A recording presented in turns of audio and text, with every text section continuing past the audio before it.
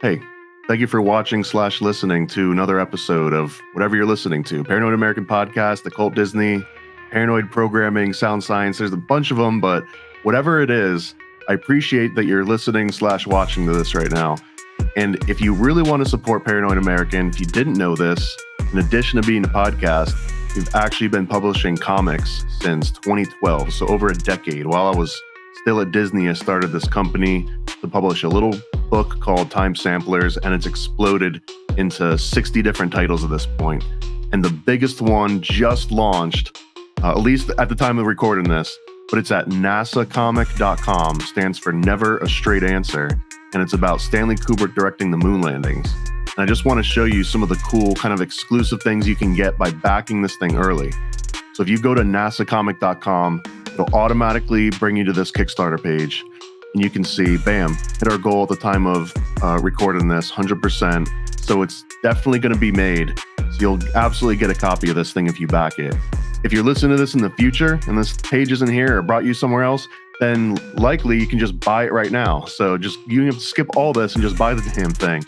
But here's a couple little previews of artwork. Here's different variant covers that are for offered.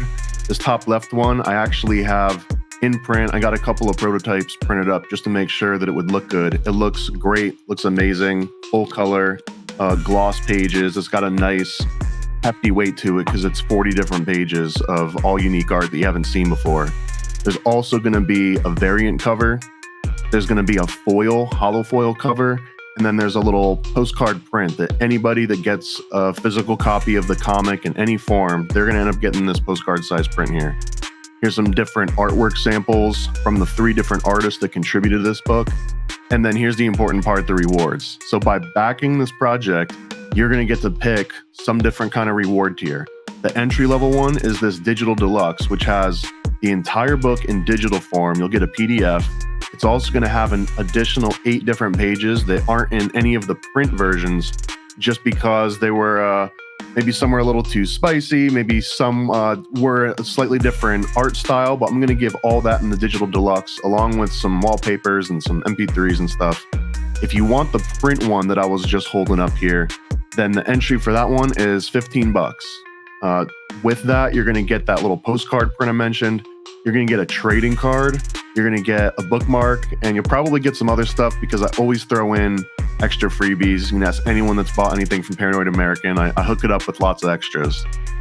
If you want the variant cover, which is only available in this campaign, there's a $19 tier for that. It also comes with an extra sticker.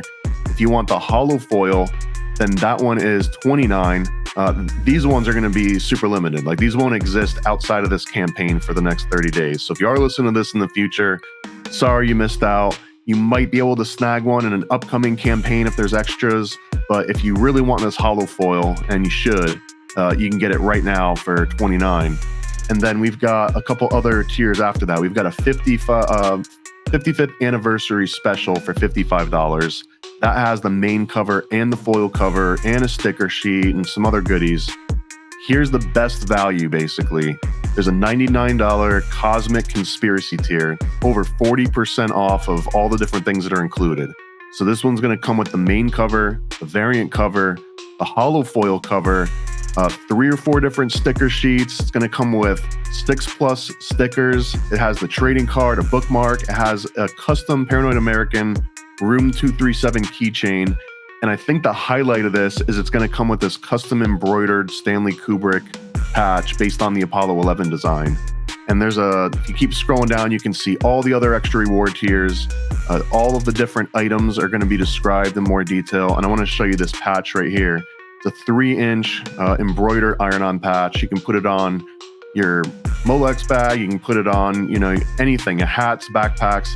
This is the first time we've ever done one of these custom patches, so I'm really excited about that. There's also a custom fake moon landing playset that you can select as an add-on when you go to check out. So speaking of, let's say that you're sold, you want to get a copy, you want to help support Paranoid American. If you haven't used Kickstarter before, the easiest thing to do is you just click on this project button on the page. It's both at the very top of the screen and it's at the top of the page. So you can click either one, back this project. And from here, it's going to be like a typical checkout. You're going to select which of these different tiers you want. Again, I highly recommend this $99 Cosmic Conspiracy combo. It's going to have every single thing that the campaign has to offer that's exclusive to this NASA book. You click on that, you pick the country that you're in, and then you just click on the pledge button. There's one extra last step where it's going to ask you if you want to do any add-ons, if you want to throw in like a trading card pack or another keychain or anything else. You can get some huge discounts on the backlog of Paranoid American comics. But let's say you're done with that, you click continue, and then finally, if you don't already have a Kickstarter account, you'll be prompted to make one. You can link it to Facebook. The rest of the flow is just like any typical checkout online. So I really appreciate if you would take a look. Please just back the comic, back nasacomic.com. Anyways, back to your regularly scheduled programming. Good evening, listeners, brave navigators of the enigmatic and the concealed. Have you ever felt the pull of the unanswered, the allure of the mysteries that shroud our existence? For more than a decade, a unique comic publisher has dared to dive into these mysteries, unafraid of the secrets they might uncover. This audacious entity is Paranoid American. Welcome to the mystifying universe of the Paranoid American podcast. Launched in the year 2012, Paranoid American has been on a mission to decipher the encrypted secrets of our world. From the unnerving enigma of MK-Ultra mind control to the clandestine assemblies of secret societies. From the awe-inspiring frontiers of forbidden technology to the arcane patterns of occult symbols in our very own pop culture. They have committed to unveiling the concealed realities that lie just beneath the surface. Join us as we navigate these intricate landscapes, decoding the hidden scripts of our society and challenging the accepted perceptions of reality. Folks, I've got a big problem on my hands. There's a company called Paranoid American making all these funny memes and comics. Now, I'm a fair guy. I believe in free speech, as long as it doesn't cross the line. And if these AI-generated memes dare to make fun of me, they're crossing the line. This is your expedition into the realm of the extraordinary, the secret, the shrouded. Come with us as we sift through the world's grand mysteries, question the standardized narratives, and brave the cryptic labyrinth of the concealed truth. So strap yourselves in, broaden your horizons, and steel yourselves for a voyage into the enigmatic heart of the Paranoid American podcast, where each story, every image, every revelation brings us one step closer to the elusive truth.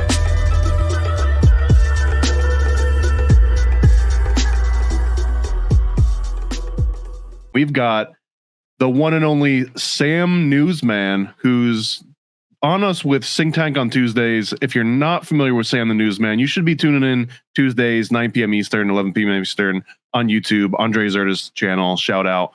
But this is actually going to be about Sam learning a little bit about the true psyche behind who Sam is. But first of all, what's your official plug? Like, tell people where to find you and do the thing. Do the thing. It's the thing. Well, broadcasting live deep from an underground military bunker or a spaceship high above the plane of Earth. From the most trusted puppet in media, reporting since Roswell, I'm Sam Newsman. And yes, you can find me online at Sam Newsman all over social media. That's at Sam Newsman. And of course, every Saturday morning, 9 a.m. to noon Eastern time on WDCE 90.1 FM. You can listen to that by going to WDCE.org or downloading the Live 365 app. Search for WDCE, and you'll be able to listen to the show live. And it is the only award-winning radio show dedicated to the magic and nostalgia of Saturday morning, hosted by me, a real media puppet. So thank you so much, of course, for allowing me to be on the show. Well, not just allowing, like, thank you for letting us get some insight that I don't know if anyone's ever gotten from Sam Newsman yet. We always get your take on modern events. We also talk a lot about Saturday morning, which we're going to do today because funny enough, I grew up and we had Saturday mornings. So that's something that I feel like I can share with other people. But I really want to get into, and we're going to do more plugs in a little bit, but I want to know, as a puppet, do you feel pain? Actually, should I even call you a puppet? Is that the right term? Is that a bad word? No, puppet is fine. Puppet is fine. Well, because I am a puppet, the most trusted puppet in media. I guess the thing is that a lot of times you have humans that are called puppets. Well, you have this media puppet, you have this political puppet, and these corporate puppets, and blah blah blah. People just use that term, just throw it around. And, I could get upset, puppetism and all, bunch of puppetists just slinging around words. But I don't. I understand. Of course, they're just trying to use, but it could be considered derogatory. And, in some circles, you say the wrong thing, you get canceled. But you know what? I'm not writing a butthurt report about it or anything, so I'm not whining. But I did want to bring it to people's attention. Puppetism is real. I think that you're actually correct. The 4 agreements tell us that words do have power, and you have to say what you actually mean. So let me ask you some of the preliminary stuff. Let's get some terminology worked out here. Strings or no strings? Is that like a puppet versus marionette sort of thing, or can I call things with? Can I call you a thing, or that seems more offensive than puppet? No. I'm a puppet. I'm a puppet. A marionette is a puppet. You can call a marionette or a puppet. As far as strings go, a lot of people use these terms, these metaphors in their daily life. People always talk about the Trump card. And of course, now that rings completely a lot different now. But even before, but a while ago, you would just say Trump card and it would just be, well, I'm just talking about cards. You say Trump card now, got a whole bunch of other things that comes into mind. Yeah, that's right. We can't really play spades without getting political now. So we're going to have to change up what a Trump card is. Yeah. Okay. Yeah. Well, we just go to old fish, old maid. Let me get into some logistics here. I want to know, do you feel pain as a puppet? Do you have a nervous system? Well, I don't feel pain in terms of the way that humans feel pain. Now, of course, if I ended up getting attacked by a dog and my stuffing all ripped out, well, just know that I would be back. Because you know what? The puppet doctors, well, they're fantastic. Might be a little while, but I would come back. So I don't ever worry about pain in terms of the physical aspect. We were just talking a few moments ago about words. Do words hurt? Sticks and stones will break my bones, but words will never hurt me. Well, I'm not really sure. But offense is a choice. Is it not? It's like happiness is a choice. You choose to be offended. So I choose not to really worry about it. But I could be offended. And I could feel pain. You know when I feel pain? I feel pain when anybody says Sam the Newsman. That's when I feel pain. Because I'm always just like, the Newsman. What are you talking about? Is the your middle name? People are like, no. Well, it's not mine either. It's a little bit forward of you to think that nobody does have the middle name the. Well, maybe there is somebody out there that has the middle name or the middle name. Is that how you say it? Could I say Sam the Marionette Newsman? Well, no, because I don't have strings. I don't have strings like a marionette. If I was a marionette, I'd have a couple of strings over here on this arm. So if we just put strings on you right now, then you just instantly become a marionette. There's really no other qualification for it. Well, there is a couple of other qualifications. Usually marionettes. Well, some of the old ones are made of wood. The old school marionettes. They're still puppeteers and puppet makers that make those string puppets. I guess you could just throw some strings and say it's a marionette. People would just pass it by. But technically speaking, Marionettes, a little bit more TLC behind the scalpel. You know what I mean? How does the puppet world feel about Geppetto? Good guy, bad guy? Geppetto, meaning Pinocchio's dad / artificer. Oh, that Geppetto. Well, it's interesting. You think about Pinocchio. So he starts as a marionette and becomes a puppet and then becomes a real boy. Well, a marionette is a puppet. But it almost implies that a marionette is on like this hierarchy of puppets, like a puppeteers, as you might kind of look at it. So you start out, if you use Pinocchio as your baseline, he starts out as a marionette, but because a marionette requires external force in order to even move the limbs, then it becomes a puppet. And now the puppet removes that facade of requiring, or I guess it presents a new facade that they don't require external force because there's no strings. But then the next iteration is becoming a real boy. Does that not imply a real hierarchy, or is it just Disney programming? Disney programming. Because we all know that the whole Pinocchio Disney programming was a foreshadow to Epstein Island. Oh, oops, wait. Are we allowed to say that? We can totally say that. I don't know if we all actually know that, though. Does the puppet world know about this? Well, listen, of course the puppet world knows. That's why with the puppets, you usually try to stay away from that place. Good grief. I guess I just assume the hermetic principle of as above, so below persists in every different facet of existence. So I just assumed that there was like a puppet Epstein and a puppet Epstein Island. I realized that we share the same reality. Like you're just a regular guy, just like anyone else. You just happen to be a puppet, right? But is there not? Go ahead. Is there not, puppet versions of everything that we're seeing as well? Well, when you say puppet versions of what we're seeing, could you go into that? A JFK puppet assassination, a puppet Epstein Island, a puppet Trump getting clipped in the ear. Like, are there not one-for-one variations in this? Because we don't get puppet news, right?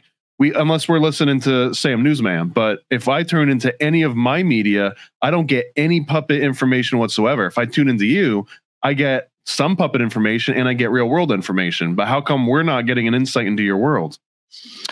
Well, that's a very interesting question. It goes back to, handshakes, secret societies, things that I can't really talk about. I can't really get too much into the secrets of the puppet world. And to be quite honest, it's really not that great. A lot of puppets, if you think about it, have what we call a permaprostate. What's a permaprostate? Well, that's the puppeteer's hand up the back end of a puppet. People would say that's terrible. That's terrible. But some puppets would say it feels quite good. But then some puppets have to worry about fingers all up in different things. And it just gets really disturbing. Talk about where hands are, where hands have been, who's made this, who's touched that. It's a dark world. It's a dark puppet world. I don't think we want to go there. Are there uses for puppet poppers? Puppet poppers. Puppet poppers. I mean, if you're getting fingers and hands jammed up your rear all the time, it seems like puppet poppers would help the situation a little bit. Man, if only the puppet poppers would help. I don't think that they can help. Some of these human handlers, they're the worst. That's why I just try to stick with one producer. Next thing you know, you have a bunch of producers, then a bunch of executives, and then everybody has their hand up your puppet rear. It's ridiculous. Got to stay away from that. Does every puppet require a human puppet master handler? Are there any puppets that can operate on their own free will? Well, I guess in terms of animating on their own, no, there's always a handler. Just like any organization, there's a handler. So handlers are necessary in the hierarchy of the puppet world. So look, so you asked me earlier, get some secrets inside. Look, I'm already telling you. Can I tell them that stuff? Okay, they said we don't want to get you in any trouble. We don't want to get you stringed up. Not to get in trouble. I'm trying. I just want to make sure, right? Okay, they say it's okay. They say it's okay. So I'm getting phone calls tomorrow saying, "You said this on what?" I'm sorry. Well, I didn't say this. You actually said that there are puppet secret societies. So I want to know a little bit more. Are there secret degrees within puppet secret societies? The same way that a lot of, I guess, ancient mystery schools and Freemasonry we've got, those have degree systems, right? So are there degrees or steps or puppeteers? Well, I would say there are what you would consider degrees, but I'm not going to exactly say what they are because that's a secret. But it's similar to the idea of degrees. In terms of hierarchy, well, can't get into that. But I will say that it is a learning experience. Goes a long way. And it takes a while. It takes time. A lot of times people say, well, I'm just going to start playing with a puppet like you would an action figure or toy. It's not that easy. Not that easy. I've got, this might be in the weeds a little bit, but I feel like this is the only opportunity that I'm going to have to ask questions of someone that's got such firsthand knowledge of this. So are you familiar with the ship of Theseus? The what? The ship of Theseus.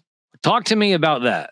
Okay, the ship of Theseus, and I'm going to butcher this. Sorry, Andreas, if you're watching, but ship of Theseus essentially is like this philosophical problem where if you have a boat, and I believe it was the way that the Romans figured out how to build Phoenician ships by taking them apart little by little and reconstituting them, and they basically stole all the secrets of the Phoenician ships. But one of the premises here was that if you have a ship and you replace one plank on that ship, it's still the same ship, right? It just happens to have one new plank. Well, what happens when you replace half the planks on that ship? Is it still the same ship? Is it only half the same ship? What if you just, over time, if you just replace one plank, but every time you replace a plank, it's a completely different plank, so that at some point you've replaced every single physical item on the entire ship slowly? Is it still the same ship? Well, it is design-wise. Material-wise, possibly not. So at what exact moment does it become not the old ship and the new ship? Is it like right when you hit a 51%? Is it like a Bitcoin attack? Like, what is the actual delineation? And I guess that's the philosophical problem, is that you can't really put your finger on the exact moment when you're like, and now it's a new ship. Yeah, I'm not, well, because I would still look at it as the same ship. I would just say that it's been renovated, right? Isn't that the term that they use? Okay, so you're very open-minded when it comes to ship of Theseus. So the reason that I brought this up wasn't just to go on a random tangent, but that if we have a puppet that has a handler, I'm assuming that's usually one hand, but let's say that they get two hands in there to do a lot of extra work, right? Now there's two hands inside the puppet. Right. Is that still a puppet? I'm going to assume yes. So now let's say they stick their head inside there. Let's just say they put their entire body inside the puppet. At a certain point, it almost is like the puppet becomes an outfit for a person. Is there a certain moment in time when a puppet would cease to be a puppet because of the extra human inside of them? Well, I would say the puppet could actually be a puppet and more human from its very beginning and onset. It's just the master of the handler itself. If that makes sense to you. Is that so? Puppet master is such a classic term. There's great movie series, but puppet master has also taken on the meaning of kind of one that controls all. This is the Illuminati. This is like the super elites. They're puppet masters, right? Correct. What is there? Are there real puppet masters? That is it like a skeleton key of the puppet world? Well, I think the key. Am I allowed to say this? Are you asking a puppet master right now? I'm asking the producer. Producer's behind the glass over there. Isn't the producer a puppet master? Producer is, well, yeah. Producer is he's the producer, Mr. Is this like the grand producer of the universe? Just a producer. Well, my producer. Okay. Just one of the, yeah. Listen, all these questions. I don't have a producer, so I mean, I don't know exactly how it works. Well, I have a producer, and the producer follows me around, and whenever I do the shows, the Saturday shows, make sure that all the buttons are pushed correctly, because I have these little felt fingers here. You can see that. I mean, I start pushing buttons and moving sliders with these. I mean, it'll be a disaster. So you got to have the producers. You guys okay over there behind the glass? Yeah. Okay. All right. So what was that question again? You asked me about. I want to know if there's an actual puppet master, like if being a puppet master in the context of actual puppets, does that mean that they can stick their hand into any puppet and have full control? And if so, what would make that different from me? Like, couldn't I just stick my hand up any puppet? Well, I guess the key to all of this, and I think I remember where I was going with this answer. The key to all of it is imagination. The key for mastering of puppetry is the power of imagination. That thing you lost when you were a child, the foundation of creativity, the ability to dream, and the determination to reach the stars. Imagination. That's the key. And then there's work. Malcolm Gladwell talks about 10,000 hours. You have to hang out with a puppet for a while in order for the puppet to accept its place and realize that it's an arbiter of imagination. Is it like breaking in like a new puppy or what? Like, it sounds almost like there's an acclimation period in which, does the puppeteer have to court the puppet in some way? Like, are you both feeling each other out, or is this like a one-way feel? Well, once again, it goes back to imagination.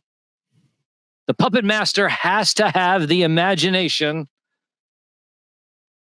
and the childlike wonder of that imagination of a child. Purity of heart and understanding that its connection to others allows them to tap into their own imagination. And that's the key. I think that's a perfect segue into something that we definitely both share. We were talking about Saturday mornings, and yes. Saturday morning cartoons pretty much raised me. And it wasn't because I was an absolute latchkey kid. Like, I had parents and they cared, but I was obsessed with Saturday morning cartoons. In fact, I think I might have had the good parents that were like, no, you have to go out and play soccer, or no, you should go and take art lessons or something. You're not sitting inside and watching cartoons on a Saturday morning.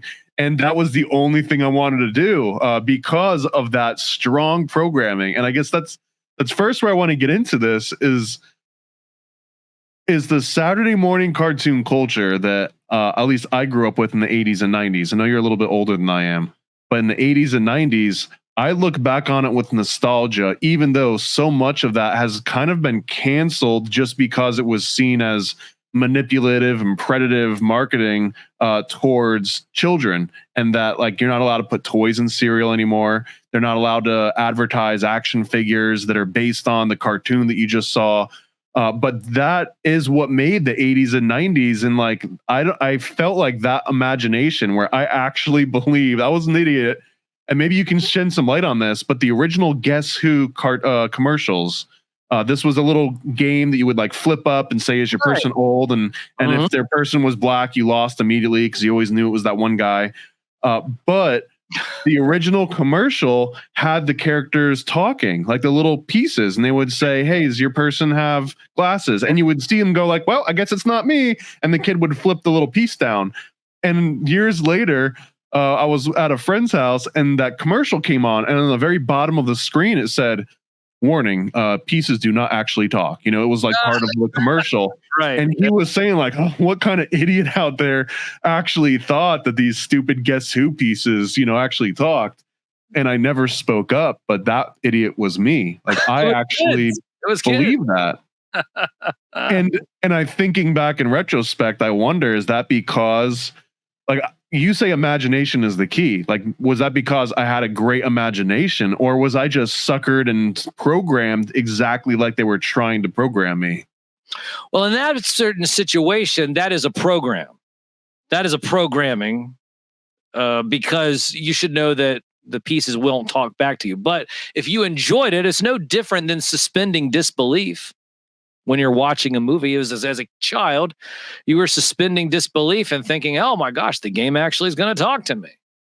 Now, if you go and actually buy the game and you were upset as a kid, well, you should have known better than that. Well, my parents definitely did not get me Guess Who. I just remember the first time I played it and I was very disappointed. But I have to just mention the irony that you're telling me that I should have known that the pieces don't talk.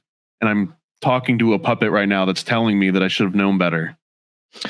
Well, only the reason why is because you just said that it was there was a warning label at the bottom of the screen, right? Well, no, that warning label came years after the original commercials came out. The original commercials did not have the disclaimer. So I anticipated that the pieces actually talked. I didn't understand the logistics of how much money it would have cost to put little tiny screens inside of everything. I was, I don't know, 6 or 7 or something when this game originally started getting marketed. How long was it until you finally got your hands on a Guess Who game and you were like, oh, damn it, this sucks? Oh, yeah. About a year or two later. The game didn't suck, but I was absolutely shocked. And I thought maybe the kid just had a knockoff. And originally, I figured he had, the dollar store version of Guess Who. Yeah, it wasn't the electronic edition like Battleship. It's the batteryless one. That's what it was. What you got the cheap version? Oh man, these don't talk to me. Okay, so I guess the underlying question that I was fishing around originally was, is there a Guess Who where the pieces actually talk? You seem like you would know, but I guess I really was just an idiot, and it wasn't just an overactive imagination. I got programmed by the commercial. But the same thing about my affinity towards He-Man and G.I. Joe and Thundercats and almost every one of the cartoons that I grew up with. I think that was reinforced by the marketing, which was later deemed as like a bad thing. So imagination, I feel like, did that help imagination? Does it hurt imagination to have all this like synergy between the manufacturing and the marketing and the content? Well, no, I think it fosters imagination. I think it fosters imagination because think about Saturday mornings, what you did. Number one, it was the only morning where you actually wanted to wake up. The rest of the week, you had sounds grim. The rest of the week, you had to wake up and ride the cheese wagon for school. You didn't want to wake up. You had to maybe in middle school. I think elementary school was still kind of fun to go to school. Maybe that was just me. Well, I mean, I'm thinking. You thought so? I'm pretty sure that I enjoyed most elementary when kickball was like the thing that you did for sports. And then once they took recess away, I think that was kind of when you realize, oh, this is actually a prison. And then you realize it was always a prison. Well, you think about Saturday morning. You were asking about, are we corrupted because, we had the cartoon and the action figure. But if you're like many children, when you woke up on Saturday morning, what did you do? You went and you grabbed your favorite action figure. You ran down the stairs. You grabbed that sugary bowl of cereal. You sat in front of the television. You played out while the show was on with your figures. Play along. Fostering imagination, playtime, as opposed to a screen. A bunch of digital buttons.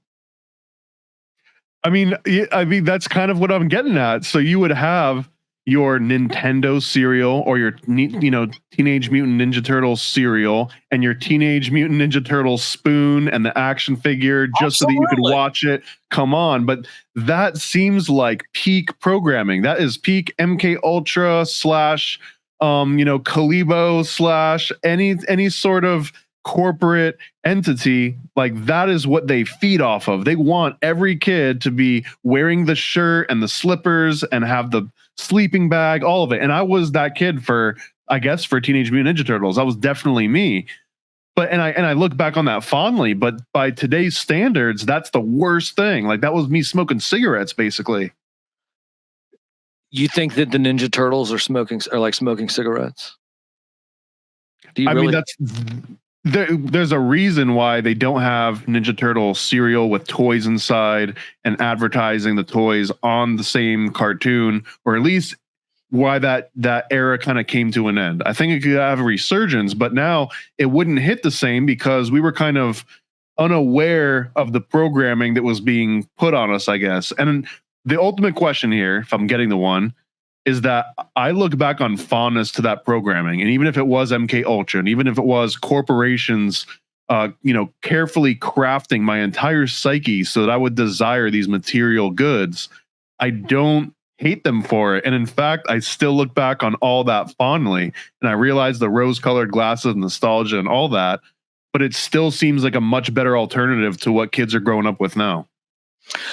Absolutely. You hit the nail on the head with that one. Rather have children eating sugary bowls of cereal of Ninja Turtles and Nintendo and playing with action figures and toys than just soaking in iPads and foods with seed oils, I guess. So why is that, though? What if the next iteration is just NFT action figures, and that kids growing up now when they're 30 or 40, they look back and they're like, oh man, that was so great that I got to have an iPad all the time. I think eventually people will recognize the fact that an NFT is a big scam. Yeah. It is a ridiculous scam. Absolutely ridiculous. Anything digital, it's like, oh, hey, check out this digital thing I got. There's only one of one. Yeah, until somebody knows how to edit correctly. This is actually an interesting thread here, because is this Sam Newsman talking about the digital world being BS, or is this something pervasive in like the puppet world? That do all puppets have an inherent dislike of digital content? Well, anything that has to do with digital, because if you think about puppetry in and of itself, it is an analog art form. So think about it for a moment. This is an analog form of art, puppetry in and of itself. Does AI pose any sort of threat to puppetry in general, or do you think that it's far removed? Well, I believe that's where the interesting things. Can we talk about that? Yeah. Okay. So let's just say we're not worried about AI on this side at the moment. Wait, hold on. Is we you and your producer, or is we speaking on behalf of puppets? Exactly. Well, no. Which of the two? Yes. Okay. Yeah. And you're positive you're not going to get blindsided. Say that again. You're positive you're not going to get blindsided by AI. No, absolutely not. Hell, I think, don't you make AI songs? I'm not allowed to talk about that. I'm under NDA now. Oh, see, because I heard through the grapevine that you are quite the music savant. That's what I heard. Now, of course, I might be wrong. Sources might be incorrect, but I might have to double check. Well, see, I think the magic lies in mixing the two. Okay, they said all right. So they said they were going to get on it. Okay, check. I think the magic there, it's sort of the rule of like, you have to know what the rules are before you can break them. I really do believe that in a lot of different ways. So if you know how to do the real analog version of an art form, if you know how to do real music, whatever. And it already sounds so weird. Like, if you know the real way to do it, but if you know how to make it without any external tools or digital tools, then it gives you a really strong footing. So then when you do the AI version, you can kind of blend it with the, quote unquote, real way to do things. And that's where I think my interest really lies, because that's where you can get people that either hate it or don't like it or don't understand it to kind of get swindled a little bit. Like, it's not like a nefarious swindling, but it's a way of like blurring the line to the point where someone might say like, oh, I thought I hated that, or they'll like it and then they find out what it was and then decide to hate it. That's like I wish I could focus on that particular niche, although there's not really a huge market for putting out something that people like and then making them not like it, like, unless you're Roman Polanski, I guess that's kind of what he got into. But I feel, yeah, so AI in that regard, but I guess I'm wondering, couldn't we just train enough puppeteers and enough, puppet analog footage on AI? How many people would actually be able to tell the difference? Do you think you could tell the difference better than a human watching AI generated puppet footage? Would you be able to point it out immediately? I think that after probably one watch or so, I would be able to notice something. What would you look for? Something would stick out. Well, like what? There'd be something a little unnatural with the movements. They wouldn't be real like me as a real media puppet. Can you call out any puppets that might be suspect? Like, are there any puppets out there that maybe humans have bought into and we don't realize that they're not puppets?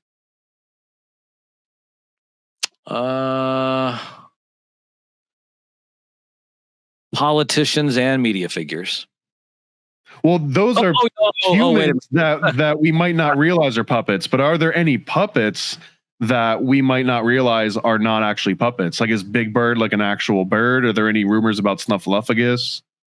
Oh, no, they're all puppets. They're all puppets. They're all part of the crew. Yep. Are there factions? I know you can't talk about the hierarchy, but is there Democrat and Republican sort of divides? Are there cultural divides?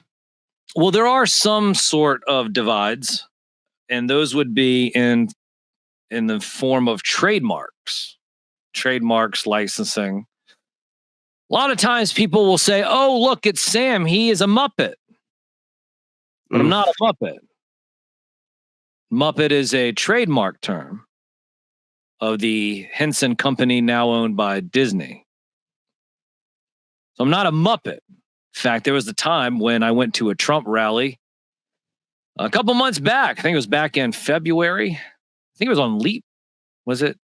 Yeah, it was just right after the leap year. So it was the first weekend, I think, in March. But of course, I show up and I walk around, get some footage, talk to some people, and then Secret Service shows up and they said, Sam, guess what? We're going to have to ask you to leave. Oh, that day they were paying attention. And I said, wait a minute. Yeah, right, exactly. That day they paid attention to the Muppet. That's what they said. They kept calling me a Muppet. I said, hold on, wait a minute, guys. It's puppet. It's puppet. Eventually, I got them to just call me by my name, Sam. So, but we ended up leaving early. Didn't want to cause a ruckus. The media was there. The human media was there. Oh Lord, they were probably the ones that complained, all upset because I was trolling them, taking all their spotlight. If you refer to yourself as a Muppet, is that considered stolen valor? That would well, I don't know if it's valor. Is anything owned by Disney valor these days? Star Wars valor, Marvel valor. I think anything owned by Disney now, there's no valor attached to it anymore. Poor Disney. I just miss the old clamshell VHS tapes. The good old days. I mean, that sounds like more MK Ultra programming. Like, that's just you bonding to your programming, is it not? No, didn't you like opening up the clamshells? That's what I'm saying, but I believe that those clamshells were engineered to basically give you a hit of dopamine every time that you interacted with them.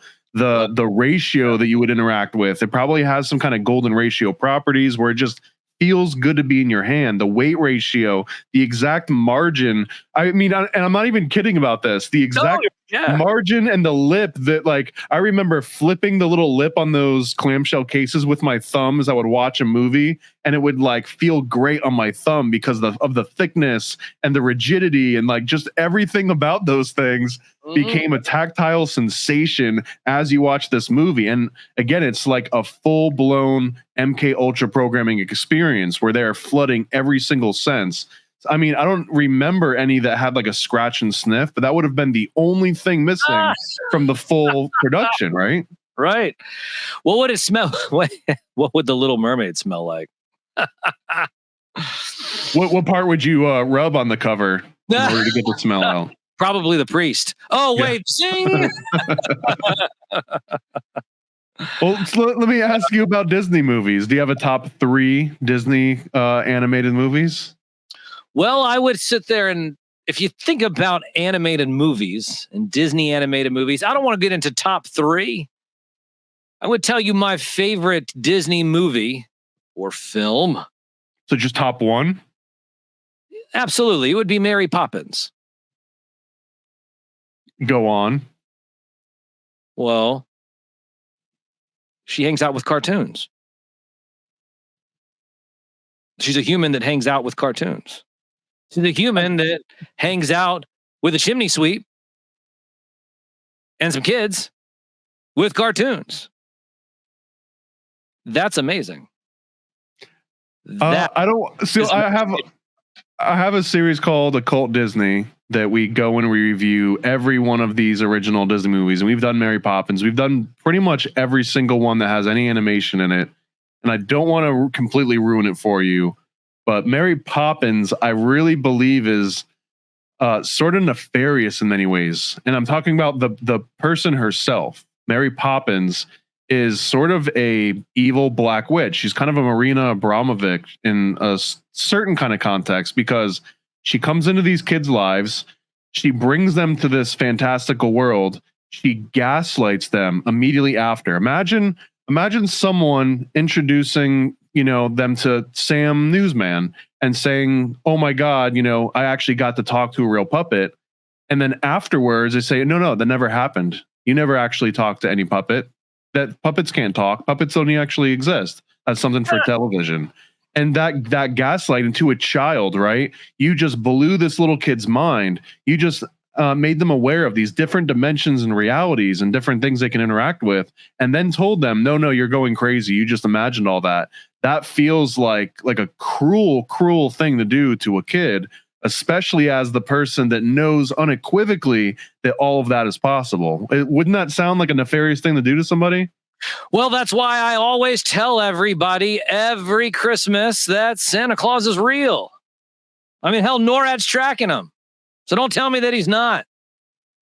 But see, Mary Poppins is the person that tells you Santa's not real. Is she? She is. If you go back and watch the movie after they come back and they're talking to Mary Poppins about all these wonderful things that they didn't said, she starts denying it for a small moment in time, which I don't really understand the premise of that, but she absolutely does that, and it feels wrong. And then if you look into Dick Van Dyke's character and the whole chimney sweep, that's another version of like occult British magic, like the fact that they would use the coal and all of the dust from the chimney, that was actually seen as good luck. And if you shook one of their hand, you weren't supposed to wash your hand for a while, but all of this was kind of indoctrinating young kids into the very inner workings of real occult magic without any of the disclosure that usually would go along with it if it weren't for some sort of like secretive means. So for that one, I guess I'm making a small case that Mary Poppins, out of all the Disney movies, might actually have some of that nefarious programming built into it. Well, all I have to say is this. Just a spoonful of sugar helps the medicine go down. That sounds like propaganda, my friend. Actually, what that is alchemy. And you're absolutely right that she is some sort of witch. But is she a bad witch? Is she a good witch? Is telling kids that, oh, well, that's a bunch of nonsense after they had a great time doing a bunch of nonsense, is that bad? Well, you don't want, I guess, I think, when I think about that scene, you think about the parents and how separated from the children the parents really were. And during this time, Mary Poppins brings the children closer to their parents over the course of the film, to the point where it even had to deal with money in and of itself and the symbolism of how powerful just a coin can be. But even though Mary Poppins is a witch, as you say, she brings together the family at the end of the movie. And as she goes her merry way, see what I did there? As she goes her merry way, the family's together. So let's go fly a kite. I think, and I can tie this all the way back into 80s, 90s cartoons too, because I feel like Mary Poppins is the perfect sort of representation of telling kids, yeah, your toys can talk to you. Yeah, if you buy this cereal that, you know, Donatello might actually invite you over for pizza one day. Like actually implanting all of these thoughts and then having it all ripped away from you, saying, oh no, now you're not allowed to have toys in your cereal anymore. Now you're not allowed to have action figures marketed to you. It's kind of the same thing of saying like, oh, all those things that we said were okay and were just normal for your most formative years, by the way, none of that can happen anymore. And in fact, it shouldn't have happened. And here's why. That it's almost like a Mary Poppins scenario. They did that and they did it well. In fact, it was 1990. It was 1990 when they passed the Children's Television Act. But it was about 6 years afterwards before they finally implemented it. And when they finally did implement it, that's when the cartoons went away. That's when the toys went away. Cereals went away. Everything went away at that point.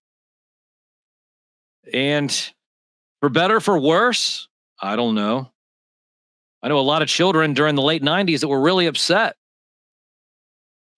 They felt like that their cartoons were just getting started. What do you think were the biggest casualties? What was that? What were the biggest casualties out of all this? Was it the action figures? Was it the cereals? Was it the toys inside the cereals? I think it was that whole thing that you mentioned earlier. That moment in time where you could go and grab a figure and the cereal and watch the show all at once. It was a grand old time. Programming at its best, but fostering your imagination at the same time. What say you? What about smoking? You know how smoking used to be in cartoons all the time, and now you barely even see it in TVs and movies. What do you think about? Yeah, what do you think about smoking in cartoons?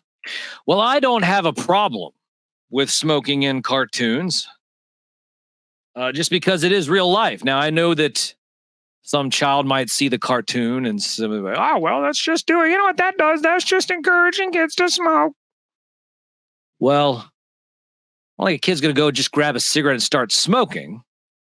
But I think that's where the problem is. They wanted to sit there, try to protect the kids. But if you go back, there was a cartoon called Brave Star back in Indeed.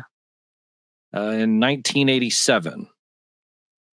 You remember actually all of the cartoons in the 80s? They have a little PSA at the end of the show, you know, knowing is half the battle, G.I. Joe, and He-Man would say, today Skeletor, blah, blah, blah. And there was a lesson. Well, there was a character in Brave Star called Scuzz. And Scuzz smoked. And he smoked all the time. And the main bad guy, Tex Hex, always told him he shouldn't be smoking. And on one episode, there was a PSA with Scuzz telling kids, even though I smoke, it's bad. And you shouldn't. So don't smoke. As far as smoking in cartoons, I don't have a problem with it.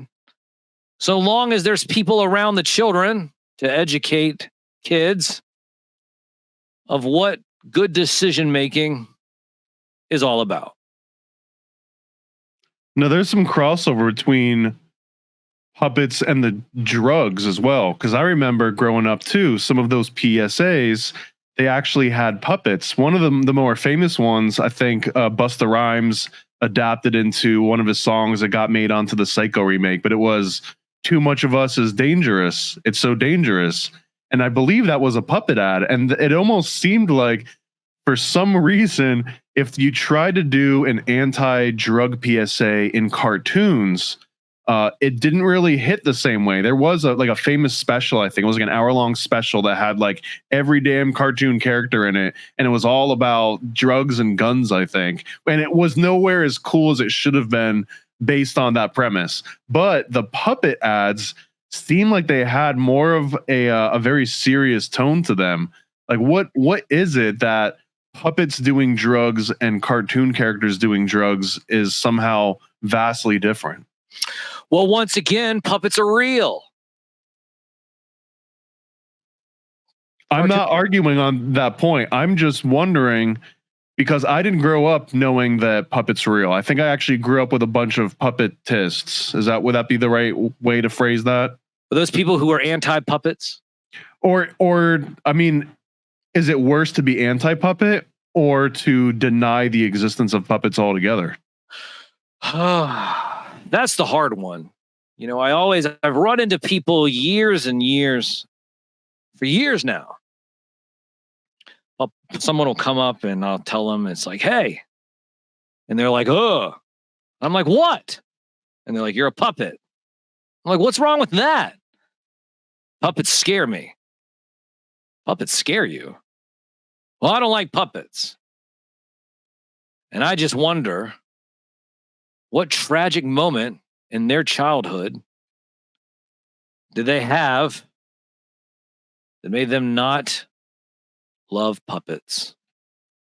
I don't know. Listen, I have interviews with me interviewing kids. Kids love me. Hell, adults love me.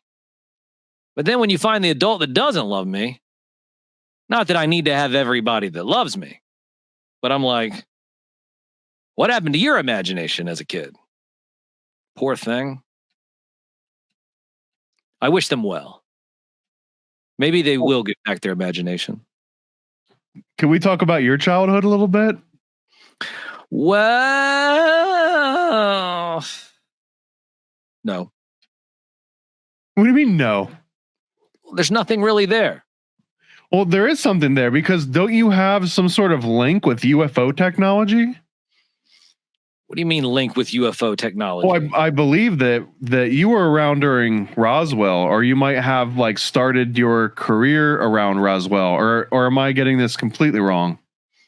Did I ever tell you that story about Roswell? About what happened that night?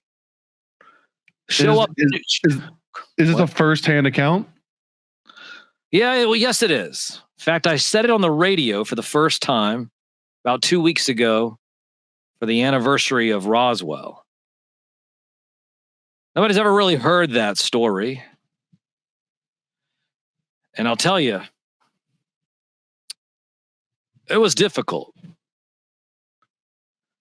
Here I show up in New Mexico. I show up in New Mexico on assignment. I have nothing but just, hey, Sam, go to New Mexico. I say, where? They say, Roswell. So I show up at Roswell. Next thing you know, I'm out in this ranch, bunch of debris all over the ground. Newspaper says UFO because the military said, oh, by the way, we covered a UFO. So here I am looking at all this debris. And then the superiors came up to me and they said, Sam, we have a mission for you. And I said, well, what's that? I'd say, well, we have an assignment. It's a tough one, but we know that you can handle it. And I said, okay. And they said, Sam, we need you to go back and tell everyone it's a weather balloon. What? Does this look like a weather balloon to you? All this stuff on the ground? Yes, we know, Sam. But you're the one that can sit there and say it with a straight face.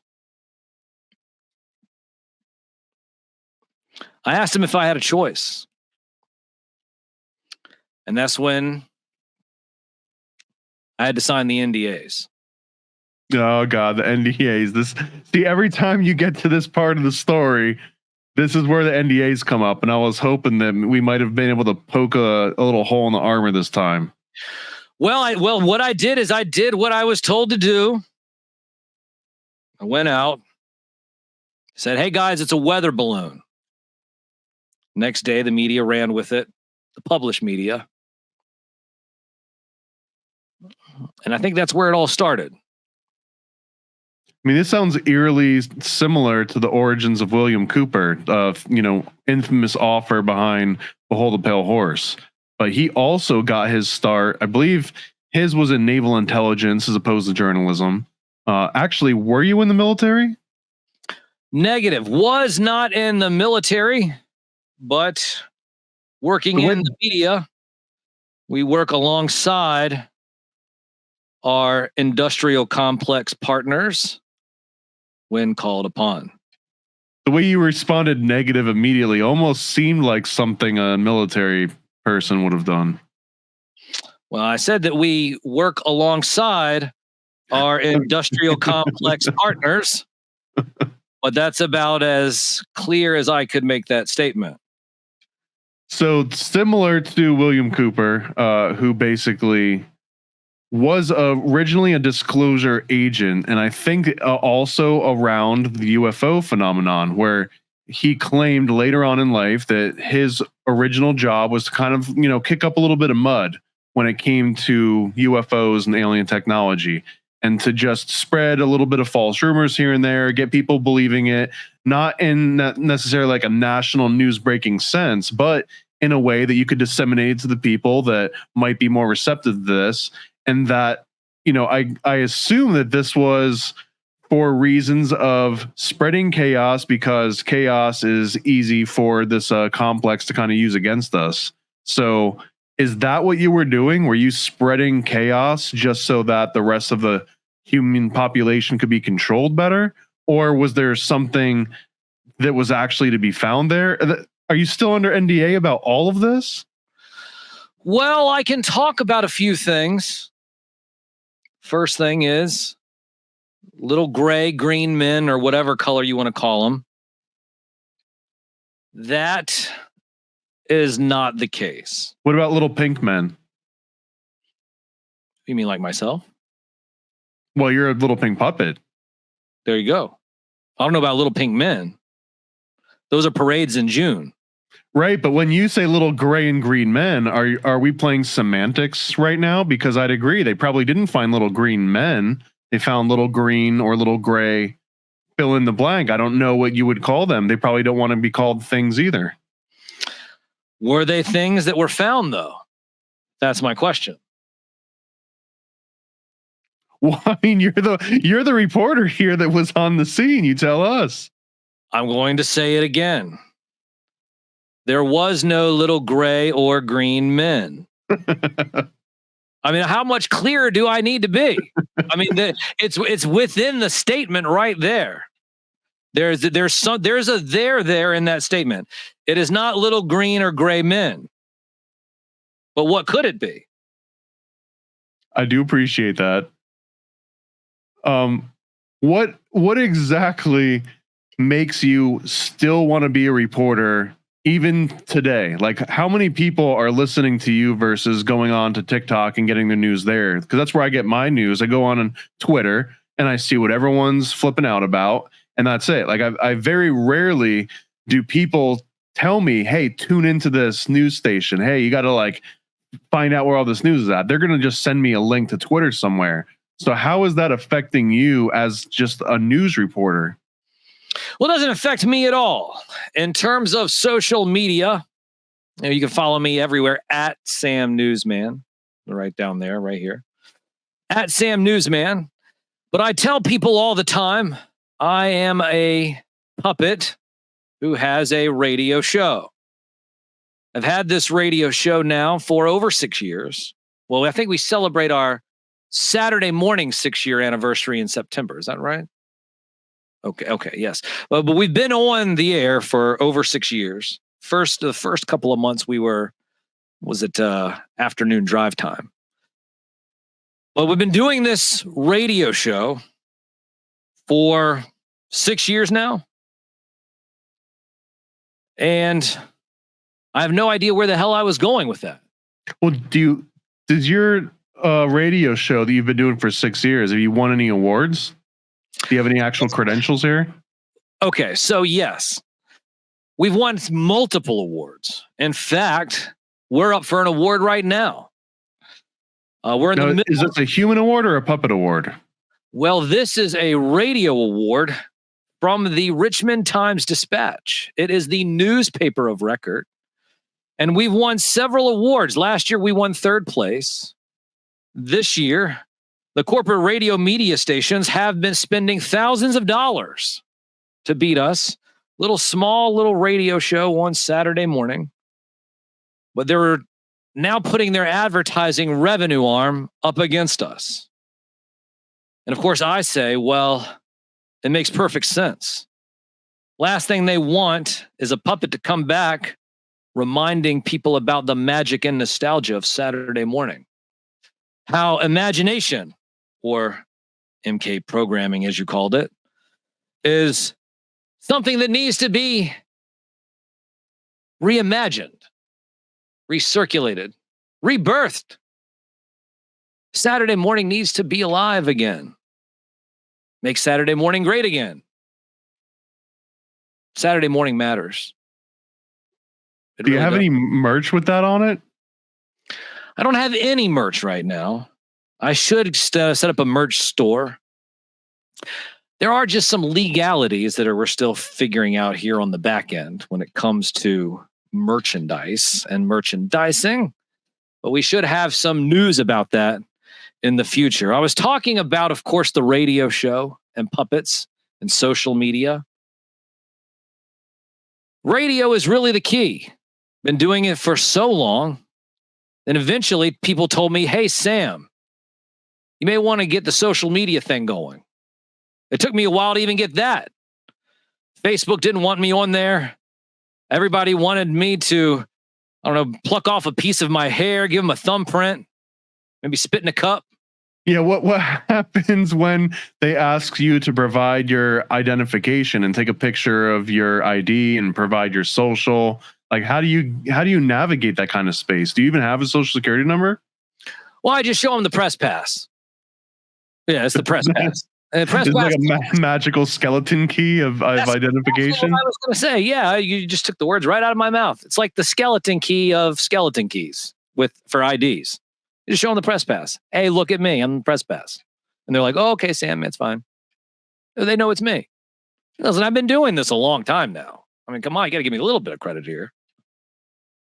But social media is a supplement. I say this all the time. Social media is a supplement, not a substitute. In order to get the real Sam Newsman experience, you got to listen to the radio show. And it is a radio show first, so you can hear my beautiful puppet voice. And as you're sitting there listening, you might be then thinking, well, that is such a beautiful puppet voice. Does he have a beautiful puppet face? And usually at about 10:10, I fire up the Sam cams so you can see my beautiful puppet face. But it is a supplement, not a substitute. listening to the radio and just my voice, you'll get the experience that is necessary for you to understand why we are the only award-winning radio show dedicated to the magic and nostalgia of Saturday morning, hosted by me, a real media puppet. Sam, you were mentioning that you're kind of this underdog and you're going up against the big dogs out there, like the corporate ones that have got all the lawyer, the Morgan & Morgan, I'm assuming like McDonald's, like, you know, the heavy hitters of conventional news radio.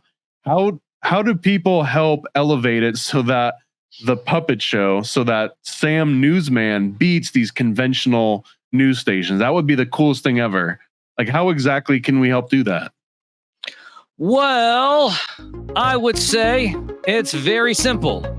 All you need to do is just pull out your cell phone and text the number 190.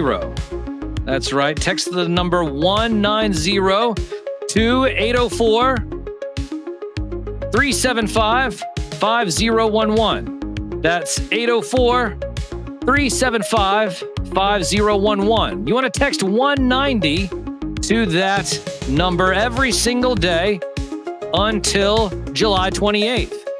And you want to make sure that you grab every phone in your house and vote with them as well. And all of your coworkers. Tell them too. 190 to 804-375-5011. It is literally at your fingertips when it comes to the future of Saturday morning. I don't think that we've ever had a more noble cause that we could advocate for on this program. So if we can get Sam Newsman, the radio show hosted by a puppet, to beat out the actual conventional, mainstream media news in Richmond, what are we doing? Like, that's what we should be focused on right now. So we'll actually put this one out as like an emergency update to get everyone out there and starting to vote on this. Now, give us a little taste of what a real news reporter would do. Like, show us what Sam's got that these mainstream guys don't. And I just want to imagine that we're recounting the Donald Trump assassination attempt in real time.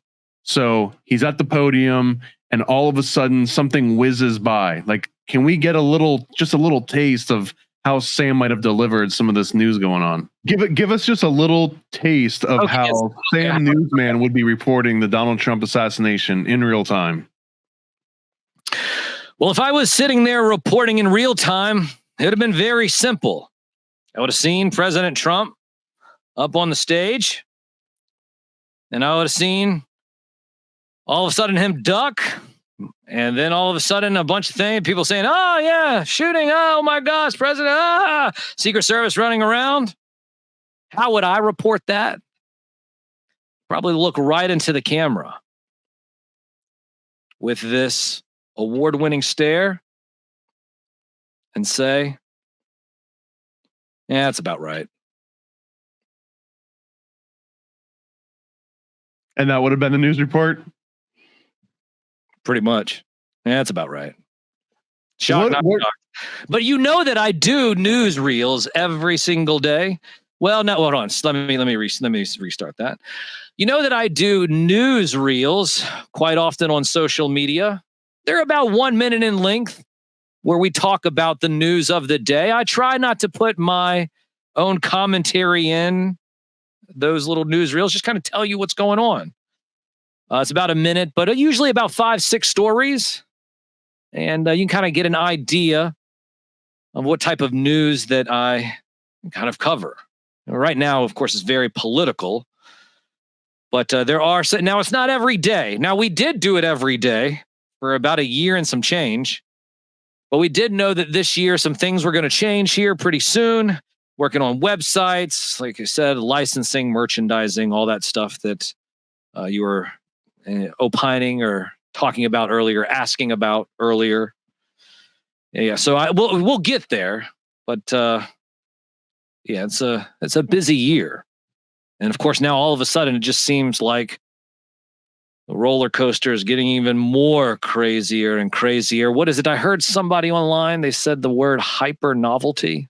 I think we're reaching hyper novelty. So who knows? That just sounds like a made up word. That does sound like a made up word, doesn't it? That sounds like someone just wants to be able to say they got a new word put into the dictionary, and then they just want to flex on people over that. Hey, that's true. It could be the case. Could absolutely be the case. But it still sounds cool. I read it on the internet. Is there a certain political party or candidate that would favor better for puppets in general? No. Now, here's where it gets interesting, because I can't speak for my puppet brethren, but as for myself, I can't vote. Well, I say I can't vote. I don't vote. How would I be an objective, real media puppet if I was sitting there rooting for a side? The only side I root for is interesting. Gives me something to talk about. I mean, I feel like there's another side of that coin, though. The other side of that coin could be you could vote for both parties. You could just kind of fund all sides of the war, no? Isn't that what they already do?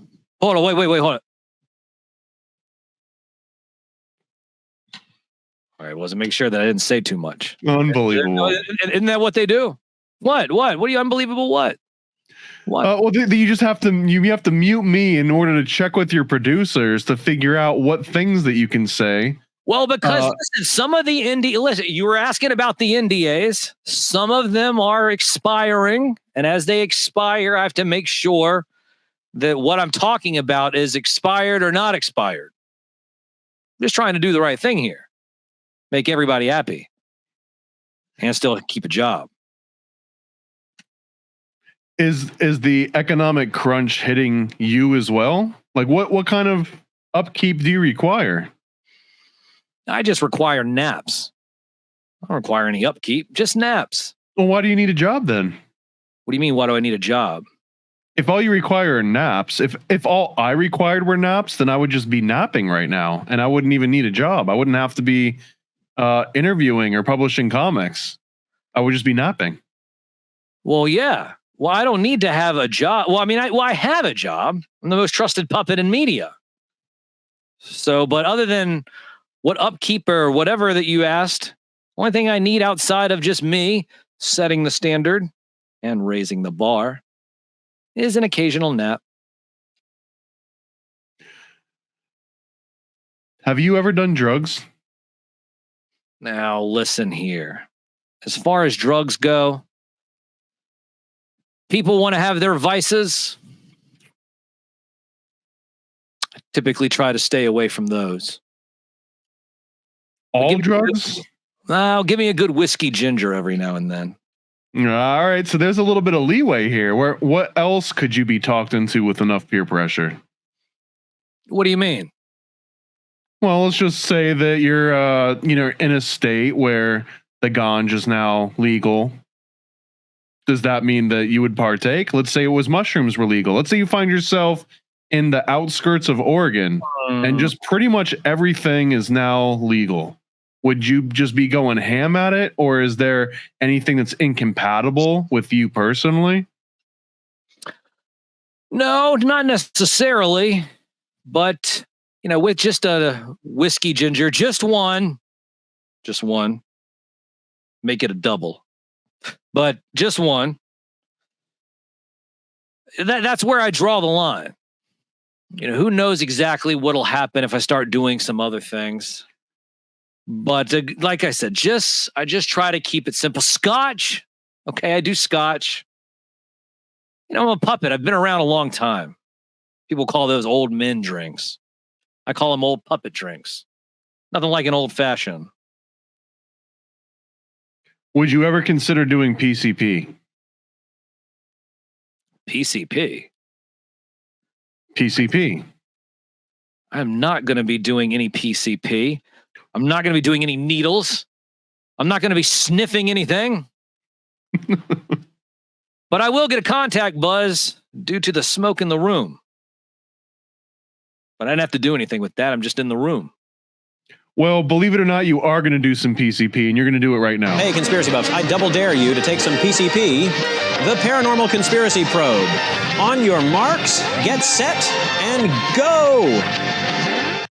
Sam, you are a crafty one, so there is no time for you to think and weasel your way out of this one with NDAs. I'm going to be asking you a series of questions or topics, and you're going to rate them 1 to 10 on how much you believe in the credit of those things. For example, if I said Bigfoot, rate Bigfoot 1 to 10, 10 meaning you believe in him, 1 meaning you don't, where are you at? Bigfoot? Oh, that's Bigfoot. a straight up 10. How about Nephilim? That's a 10. How about Mothman?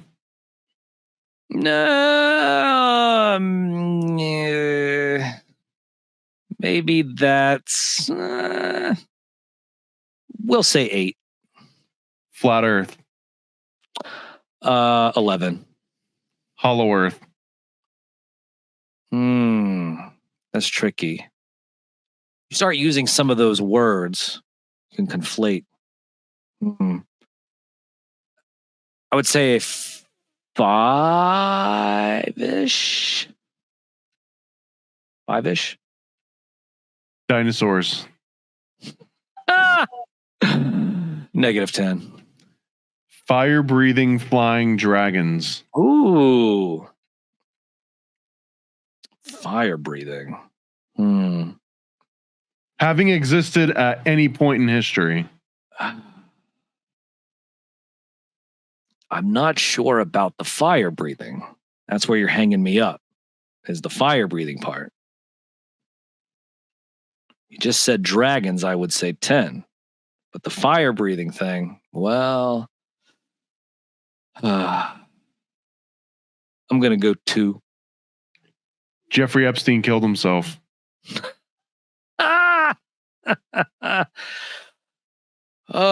There's not a negative number that I could even say for that.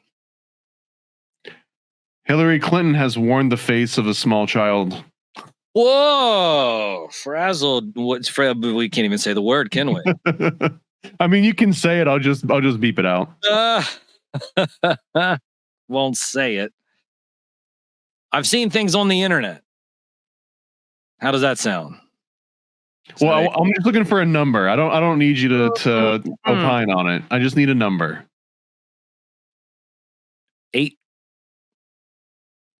The Illuminati controls the hip hop industry? 3. Angels exist? 10.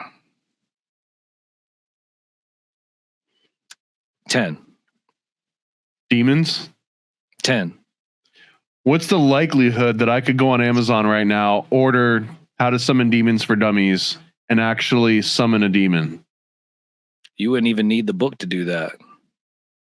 Well, okay. Well, the premise here being that, let's say I was an atheist or agnostic and I didn't even believe in demons, but I was just following a straight up formula that was published by, some rando corporation.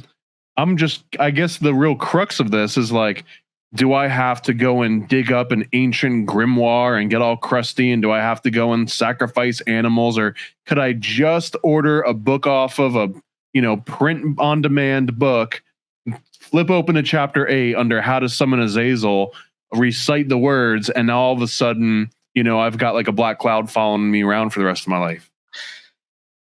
Well, it doesn't work exactly like that. No, what makes you an expert on how it works? Well, there's a little bit more than just those type of things in terms of conjuring. I thought, am I supposed to give you a number still? Well, now I want to know what you know about summoning demons, because all of a sudden you became an expert on this. Well, I didn't say expert. You said expert. Do you know what an expert is? You know what expert is? I can't stand that term, expert. You know what an expert is? You know what X is? X is a variable. X is a variable, right? X is a variable. X as a variable, right? X is a variable in math. Okay? I say this all the time. Now, what is a spurt? You familiar with plumbing? You're going to have to enlighten me. A spurt. A spurt is when you have a pipe and there's a little small hole in the pipe and the water is shooting out at a very high pressure. It's called a spurt. You spit through your teeth. That's a spurt too, right? I guess. Isn't that what it's You called? don't have teeth, but when humans, they can do that. But it's little, but you see, it kind of has the little, it looks like it, that has the, the thing. Sound like Joe Biden, the thing, and it has an arch as it spurts out. So what do we have here? We have X as a variable, and a spurt is nothing more than water under pressure. So an expert is nothing more than a variable under pressure. I always see that. People are like, oh, we have this expert on. We have this expert on. And this person over here is an expert. And I'm saying they're no expert. No such thing as an expert. Expert is just a variable under pressure. That's why they have 3 of them on the screen at the same time. We have the 3 experts here to tell us. Each one's a different variable. So I'm not necessarily an expert. I'm just telling you there's more to summoning than just reading.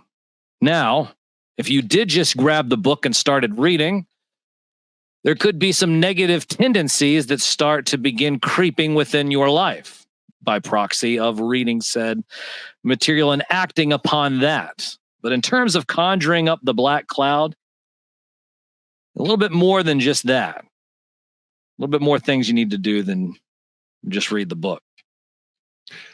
1 to 10 that Donald Trump assassination attempt was planned by someone other than the shooter. Oh, 10. Oh, I want to hear more about this now. Because Sam doesn't usually have his own takes on some controversial aspects, but that's a fairly controversial approach, right? Is it a controversial approach? Let me ask you a question. I mean, how often have we seen this happen in American history? I mean, it hasn't happened since Reagan, but who's always behind it? Oh, yeah, that's right. It's the lone gunman. That's it. Just the lone gunman. And it just happens to be that there was just a line of sight at the one place. And listen, I don't want to hear any of that stuff. We all know that, well, let's just say the alphabet intel agencies. Well, what did Chuck Schumer say? If you go after them, they'll get you 6 ways from Sunday. I think he said that. So, inside job. Yes. Staged. Yes. Was he supposed to turn his head? Nope. Well, I'm glad that you kind of brought some of these up, because now I want to just get your 1 to 10 real rapid fire, your rating of false flags. So tell me on a scale of 1 to 10, which of these were inside jobs? 9/11. 10. Oklahoma City. 10. Waco. 10. Ruby Ridge. Ruby Ridge. Was I around Ruby Ridge? No, I don't have anything about Ruby Ridge. I don't have any. 7/7 London bombings. There was more to that than We just need a number. Yeah, it was a 10. JFK. 10. RFK. 10. JFK Jr. Ooh, 10. Well, which part of the JFK Jr.? Now that's the question.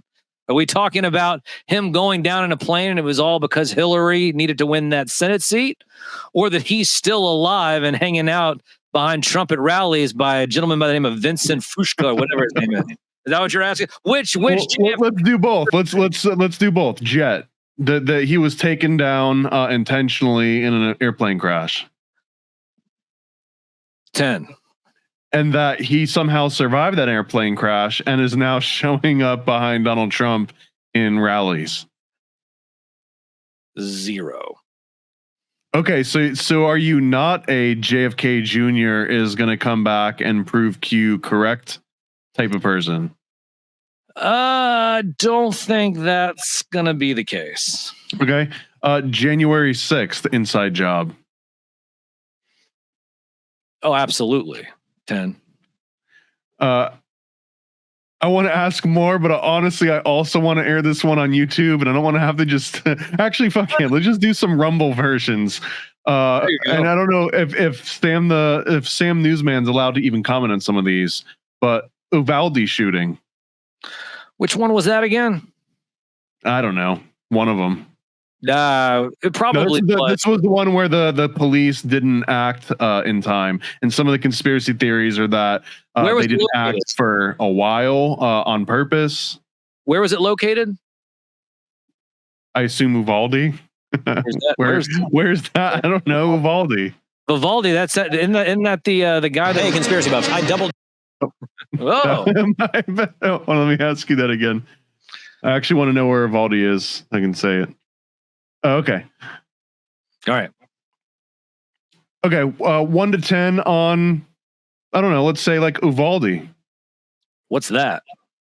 Texas. Uvalde, Texas was where there was a school shooting and the cops didn't respond in time, and they were telling the parents not to come. And it almost seemed like they were more willing to arrest parents and get aggressive with parents than they were with the actual shooter. But I just want to know, on a scale from 1 to 10, was that a false flag?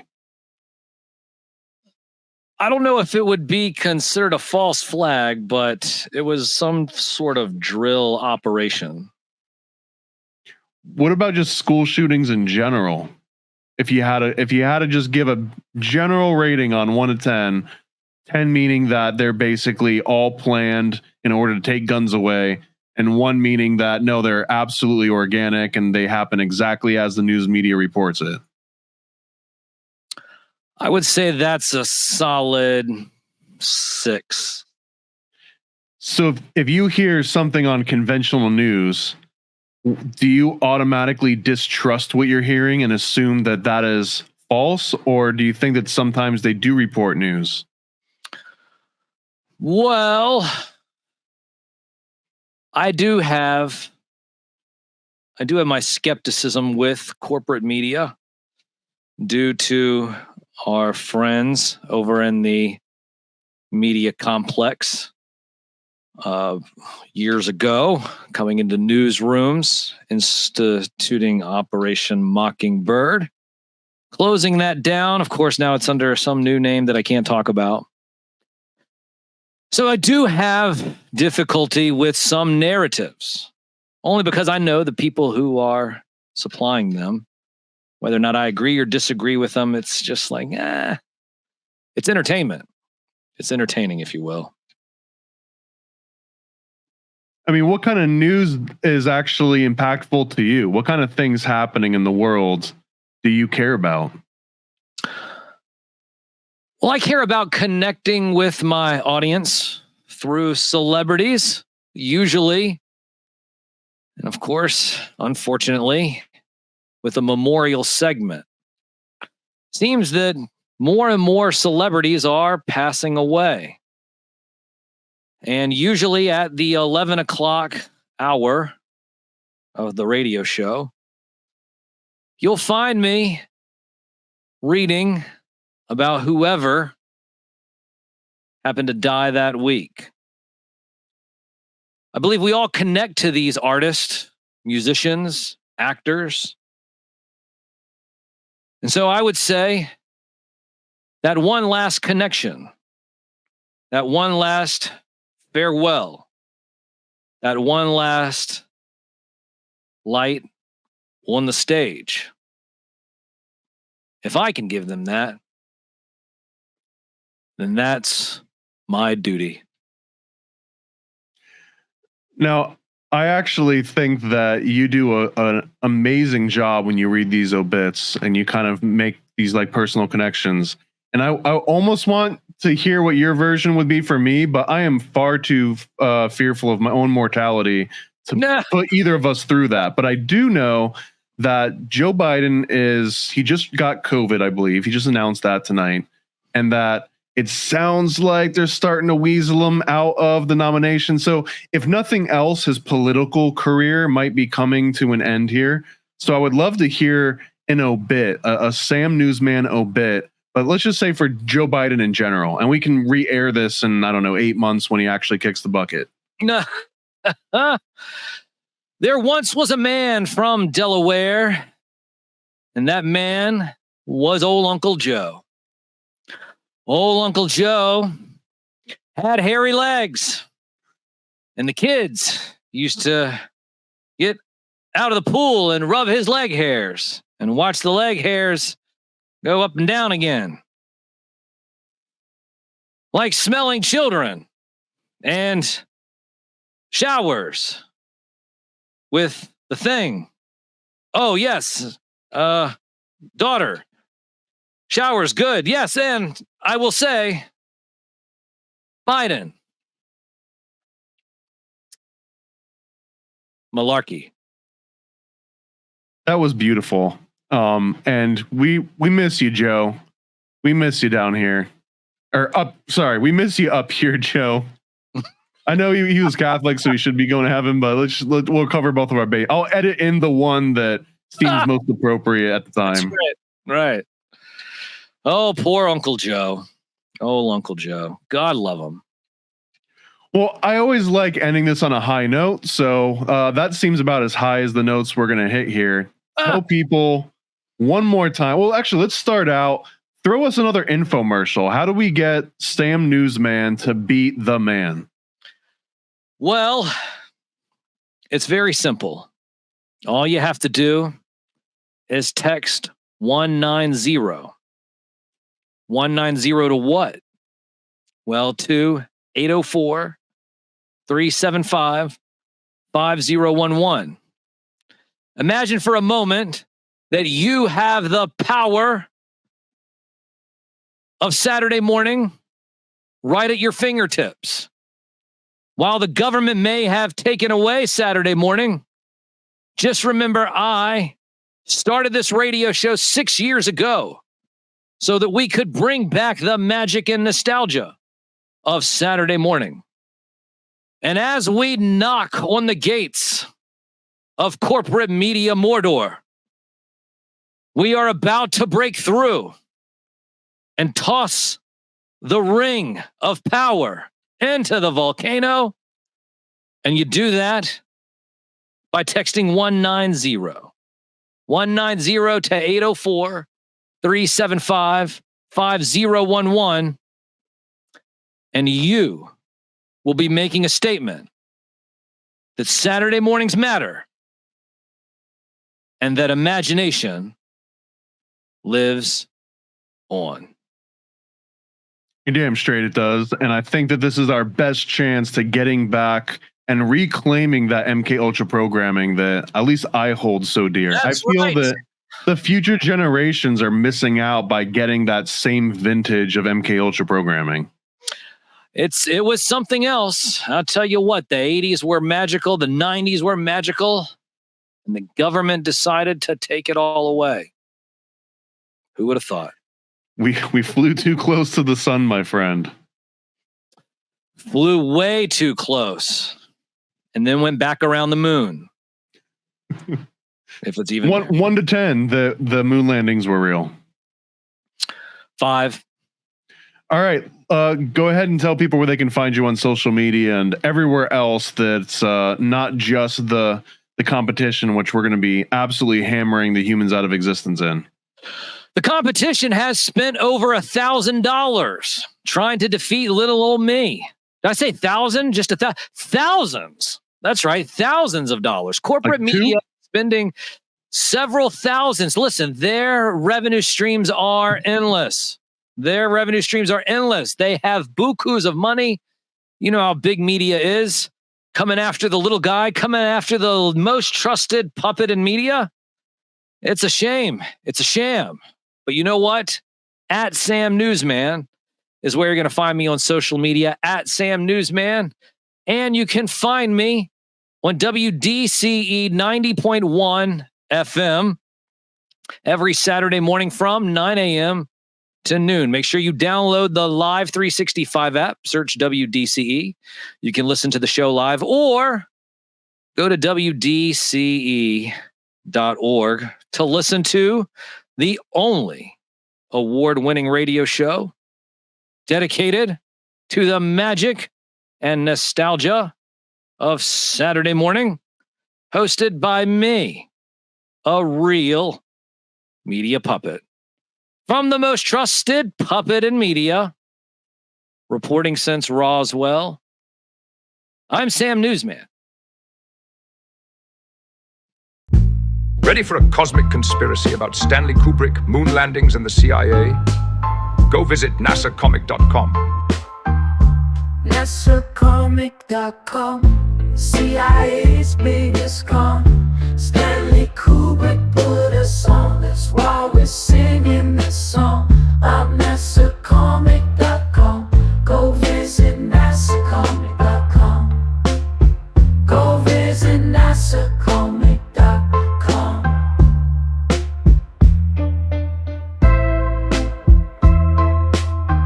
Yeah, go visit nasacomic.com. Oh, nasacomic.com, CIA's biggest con. Stanley Kubrick put us on, that's why we're singing this song. I'm nasacomic.com, go visit nasacomic.com. Go visit nasacomic.com. Yeah, go visit nasacomic.com. Never a Straight Answer is a 40-page comic about Stanley Kubrick directing the Apollo space missions. Yeah, go visit nasacomic.com. This is the perfect read for comic, Kubrick, or conspiracy fans of all ages. For more details, visit nasacomic.com.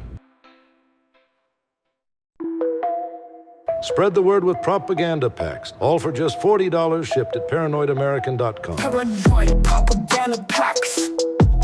We got facts on these sticker slaps. So grab yourself a stack and go attack with these paranoid propaganda packs. These huge all-weather slaps will last in public for years to come. Remind citizens that birds are not real, self-immolation is an option, and might make you magnetic. Do your part and get a propaganda pack today from paranoidamerican.com. Paranoid propaganda packs. We got facts on these sticker slaps.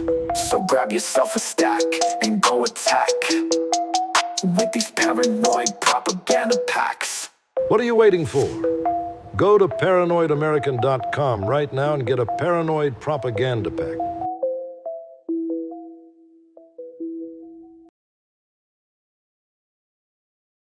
All American stickers, cryptids, cults, and killers. We got all your favorite conspiracies, all that and more on our sticker sheets. Paranoid American stickers, they'll make you smile and snicker. False flags and secret societies, all of these and more on our sticker sheets. Explore the unique with Paranoid American sticker sheets. Unearth tales of cryptids, cults, and mysteries through each sticker. These won't last long. Get yours now at paranoidamerican.com. We're all American stickers, cryptids, cults, and killers. We got all your favorite conspiracies, all that and more on our sticker sheets. Paranoid American stickers, they'll make you smile and snicker. False flags and secret societies, all of these and more on our sticker sheets. What the heck are you waiting for? Discover the extraordinary with Paranoid American sticker sheets. From cryptids in the night to cults out of sight, each sticker is a unique find. Get yours now at paranoidamerican.com.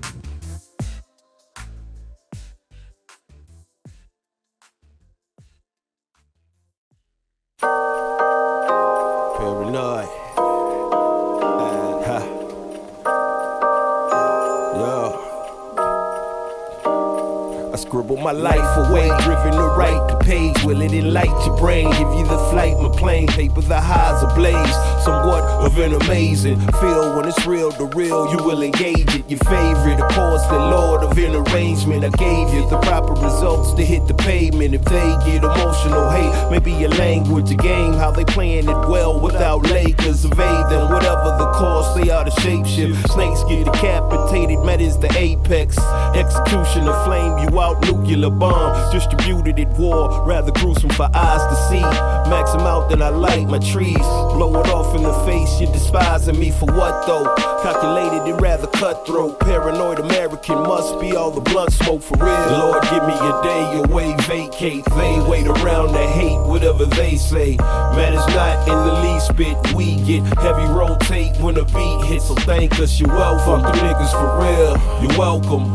They ain't never had a deal, you're welcome. Man, they lacking appeal, you're welcome. Yet they doing it still, you're welcome.